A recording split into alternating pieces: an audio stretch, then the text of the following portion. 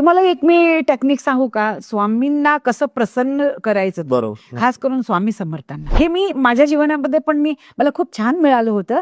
तेव्हा मी अक्कलकोट बघितलं नव्हतं. पहाटे 4:30 ते 5:30च्या दरम्यान उठायचं आपण, फक्त तोंडाची चूळ भरायची, आंघोळ बिंगोळीचं ब्रशचं काही बंधन नाही याच्यामध्ये. आणि स्वामींचा एखादा फोटो असेल, काय असेल, काही नसेल तर मोबाईल मध्ये फोटो तुम्ही असं ऑन करून ठेवा आणि ओंजळ भरा मनाने श्री स्वामी समर्थ, श्री स्वामी समर्थ 11 वेळा जप करा. जे तुम्हाला हवं आहे ना ते मागा. दुसऱ्यांसाठी मागायचं मागा, तुमच्यासाठी असं मागा.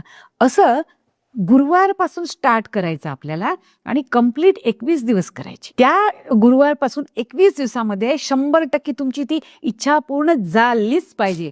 समर्थ तुम्हाला प्रसन्न झालेच पाहिजे. आणि भरपूर लोकांना मी ही सांगते, करा, चमत्कार घडेल तुमच्या जीवनामध्ये.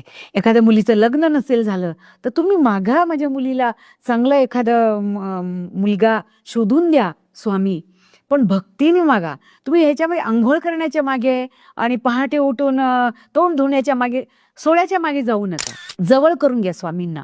मन होता, त्याच्यामध्ये भक्ती होता, श्रद्धा होता आणि मागा. स्वामी तुम्हाला दिल्याशिवाय राहणार नाही. स्वामी फार प्रेमळ आहे तो. स्वामी म्हणजे स्वामींचं मन म्हणजे फारच प्रेमळ आहे.